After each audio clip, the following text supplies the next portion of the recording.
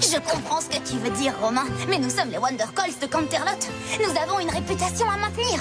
Et il est hors de question de quitter cet endroit sans avoir contribué au plus beau cadeau de l'histoire du camp. Applejack a raison, un nouveau patron, c'est une idée géniale. Qu'est-ce que vous en dites?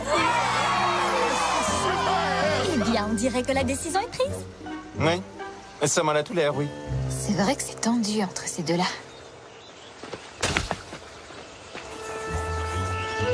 Nous renforcerons les fondations. Que ce soit beau et résistant. Et on pourrait ajouter un panneau sculpté avec Camp Everfree. Et de petites boîtes où l'on pourra mettre de la nourriture pour les canards et les poissons. Oh, et aussi des lanternes pour éclairer la nuit. Magnifique! Et ça sera un podium absolument merveilleux pour mon grand défilé de mode. Mais ce qui compte le plus, c'est que ce sera un endroit idéal pour monter dans les canoës et nourrir la faune. Oui, sans aucun doute. Mais je vous vois déjà défiler en tenue hyper chic sur cette fabuleuse œuvre d'art. Alors, qu'en dites-vous? Ce sera sûrement beaucoup de travail, mais nous pouvons y arriver. Oui! On a le feu vert des adultes! Joli marteau. Où l'as-tu trouvé? Dans la boîte à outils. Ah, pas mal. Moi, j'ai fabriqué le mien. Faire des lanternes avec des lampes de jardin à énergie solaire. C'est très bien imaginé, ça, Romain. Tu trouves que c'est réussi? Tu devrais voir mes tableaux en macaroni. On m'appelle le Picasso des nouilles. Votre attention. Vous avez beaucoup progressé, mais la nuit ne va pas tarder à tomber. Nous pourrons continuer demain entre les autres activités du camp. Tout le monde sous la douche et on se retrouve à 20h autour du feu de camp pour faire griller des guimauves et se raconter des histoires qui font peur. Marshmallow! Et c'est là qu'elle regarda ses pieds et se rendit compte qu'elle portait des chaussettes roses fluo avec une robe bordeaux.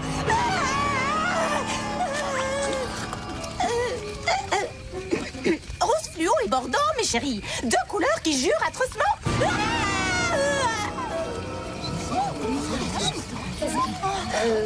Voilà ce que j'appelle une histoire terrifiante. Oui, je suis terrifiée à l'idée de l'entendre une seconde fois. Est-ce que quelqu'un d'autre veut raconter une histoire effrayante? Moi, je veux bien. Mais je vous avertis, vous feriez mieux de vous rapprocher les uns des autres. Parce que vous allez trembler de terreur. Je vais maintenant vous raconter la légende de Gaïa Everfree.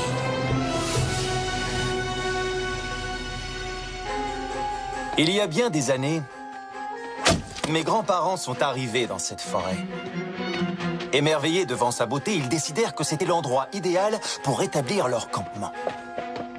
Mais dès qu'ils commencèrent les travaux, d'étranges phénomènes se produisirent.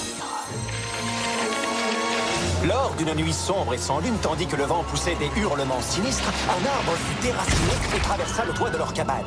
Terrifiés, ils se précipitèrent dehors pour se trouver devant une gigantesque créature jaillissant de la terre. Ses cheveux ressemblaient à des branches sauvages. Sa bouche était garnie de pierres tranchantes et ses yeux avaient le sombre éclat du charbon.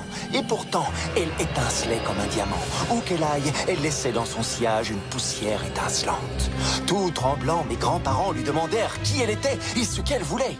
D'une voix grave et terrible, elle leur apprit que son nom était Gaïa Everfree, un esprit qui tenait la forêt en son pouvoir, et que mes grands-parents avaient empiété sur son territoire. Ils la supplièrent de les laisser s'installer ici, de partager cet endroit merveilleux avec d'autres. Gaïa Everfree finit par accepter, mais elle les avertit qu'ils ne pourraient pas rester là à jamais. Un jour, elle reviendrait et reprendrait ses droits sur cette superbe forêt.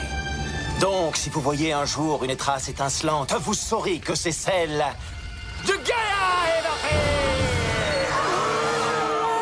Hé, les amis, je suis désolée, je ne voulais pas vous faire peur. Alors pourquoi as-tu surgi des buissons? J'ai tout simplement pris le chemin le plus beau, la forêt est magnifique la nuit. Mais ne vous y aventurez jamais sans guide, d'accord? Bien, à présent, l'heure est venue de vous retirer sous vos tentes. Dis donc, Gloriosa, tu n'aurais pas une brosse à dents en trop? J'ai oublié la mienne. Mais oui, bien sûr, je vais t'en chercher une. Moi, j'ai peur du noir. T'aurais pas une lampe de poche? Mais oui, bien sûr, je m'en occupe. Fluttershy. Désolée, Spike. C'est cette dernière histoire qui m'a fait peur. Pourquoi? Ce n'est qu'une légende. Je ne sais pas trop. Gaïa Everfree pourrait être une créature chassée d'Equestria et qui s'est réfugiée dans ce monde. C'est ce qui s'est passé avec les sirènes. À mon avis, ce n'est qu'une histoire que Romain a inventée pour nous faire peur. Enfin, du moins je l'espère. Je ne voudrais pas que nos vacances soient gâchées par une créature magique assoiffée de pouvoir. Entièrement d'accord. Nous avons eu notre compte de créatures diaboliques ces derniers temps.